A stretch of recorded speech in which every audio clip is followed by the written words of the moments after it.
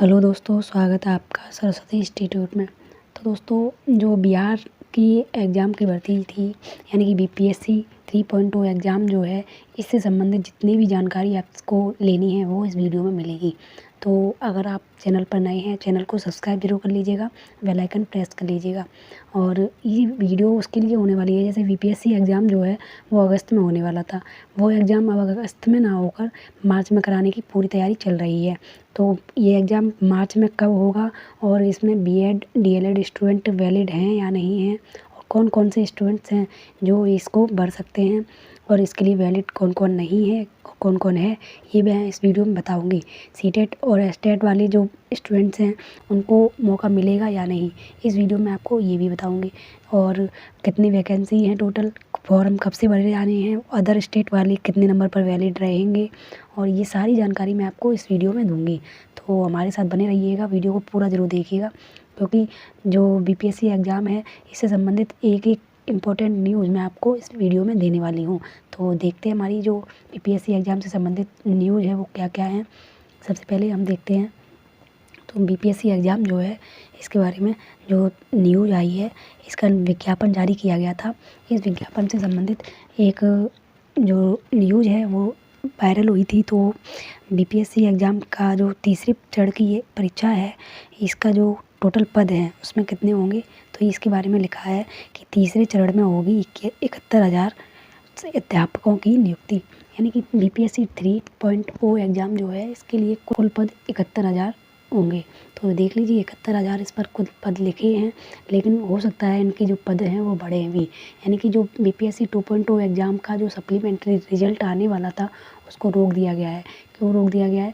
क्योंकि वो एग्ज़ाम वो रिज़ल्ट जो था उसको ऐड करके अब बीपीएससी 3.0 में जोड़ा जाएगा। तो याद रखिएगा, जो बीपीएससी 2.0 एग्ज़ाम है उसी की जो सप्लीमेंट्री रिज़ल्ट आने वाला था उसको रोक दिया गया है, क्योंकि जो बीपीएससी 3.0 एग्ज़ाम है उसके लिए जो भर्ती होने वाली है उसमें उसको ऐड किया जाएगा। तो हमारी इसकी डिटेल्स देख लेते हैं क्या क्या इस पर लिखा है। तो इसमें लिखा है कि राज्य में तीसरे चरण में तकरीबन 71,000 अध्यापकों की नियुक्ति होगी। तो 71,000 तो होंगे पद, लेकिन उससे ज़्यादा पद भी हो सकते हैं। तो आप ये मान के चलिए कि 70,000 प्लस पद जो हैं आपके लिए आने वाले हैं। और उसके बाद में लिखा है, माना जा रहा है कि तीसरे चरण की अध्यापकों की बहाली के लिए फरवरी के अंत तक वैकेंसी आएगी। यानी कि फरवरी के अंत तक हर हाल में वैकेंसी आ जाएगी, ये इस न्यूज़ में बताया गया है। तो और जो चुनाव लगे हुए हैं इसके कारण फरवरी के अंत तक वैकेंसी आने की पूरी संभावना है, और एग्ज़ाम जो है वो मार्च तक कराने की पूरी तैयारी चल रही है। इसके बाद में देखिए, जिलों से आने वाली रिक्तियों की समीक्षा के बाद उसकी समीक्षा होगी। यानी कि जो रिक्तियाँ मांगी गई हैं उसको पूरा करने के बाद में जैसे ही पता चल जाएगा कितनी रिक्तियाँ हैं, उसके बाद में जो 15 फरवरी तक विज्ञापन है वो दे दिया जाएगा, और 15 फरवरी के बाद से आपका जो आवेदन है वो स्टार्ट करा लिया जाएगा। ये जो न्यूज़ चैनल है इस पर रिपोर्ट आई थी, प्राइमरी से +2 तक होगी बहाली। यानी कि बीपीएससी 3.0 एग्ज़ाम जो है वो प्राइमरी से लेकर 11th 12th तक की वैकेंसी होगी। यानी कि ओनली प्राइमरी ही नहीं होगी, जबकि इसमें प्राइमरी से लेकर 11th 12th 10th 9th सारी भी वैकेंसी आएंगी। तो याद रखिएगा, प्राइमरी से लेकर 12th तक की वैकेंसी होगी। और इसका जो रिक्तियाँ मांगी गई हैं वो कब तक मांगी गई हैं, तो 10 फरवरी तक इसकी रिक्तियाँ मांगी गई हैं, और इसकी मार्च में परीक्षा होगी। ये बहुत ज़्यादा इम्पोर्टेंट पॉइंट है कि इसकी जो परीक्षा होगी वो मार्च में होगी। पहले ये एग्ज़ाम अगस्त में होने वाला था, लेकिन वोटिंग के चलते हम देख सकते हैं कि मार्च में एग्ज़ाम कराने की पूरी तैयारी चल रही है। इसके बाद में देखते हैं इसके आवेदन जो हैं वो कब से कब तक करे जाएंगे और कब तक फॉर्म भर सकते हैं। ये देखिए, आवेदन जो है ये 15 फरवरी के बाद से कर सकते हैं। यानी कि 15 फरवरी के बाद से इसके आवेदन होने लगेंगे, और 15 मार्च से 22 मार्च के बीच परीक्षा कराने की पूरी तैयारी चल रही है। तो मान के चलिएगा कि मार्च के जो 15 मार्च से 22 मार्च की डेट है, इसके बीच में आपका एग्ज़ाम करा लिया जाएगा। और इसके टोटल पद कितने हैं, तो ये टोटल पद आपके जो है 70,000, अभी फ़िलहाल तो 70,000 है, लेकिन बढ़कर भी आ सकती है वैकेंसी, इसलिए आप अपने लिए तैयारी करते रहिए। और जो प्राइमरी लेवल की वैकेंसी है उसमें कितने पद होंगे, तो ये देखिए, प्राइमरी लेवल में आपके जो पद होंगे वो होंगे लगभग 35,000, और 35,000 से हो सकता है 40,000 भी हो जाए। और 6 to 8 के लिए जो वैकेंसी होगी वो होगी 15,000, और 9th-10th के लिए 15,000 और लगभग 11th-12th के लिए लगभग 10,000 वैकेंसी आएगी। तो मान के चलिएगा 70 से 80 हज़ार के बीच में कुल वैकेंसी आ सकती है। और एग्ज़ाम जो है वो आपका 15 से 22 मार्च के बीच में करा लिया जाएगा और 15 फरवरी के बाद से आपके आवेदन स्टार्ट हो जाएंगे।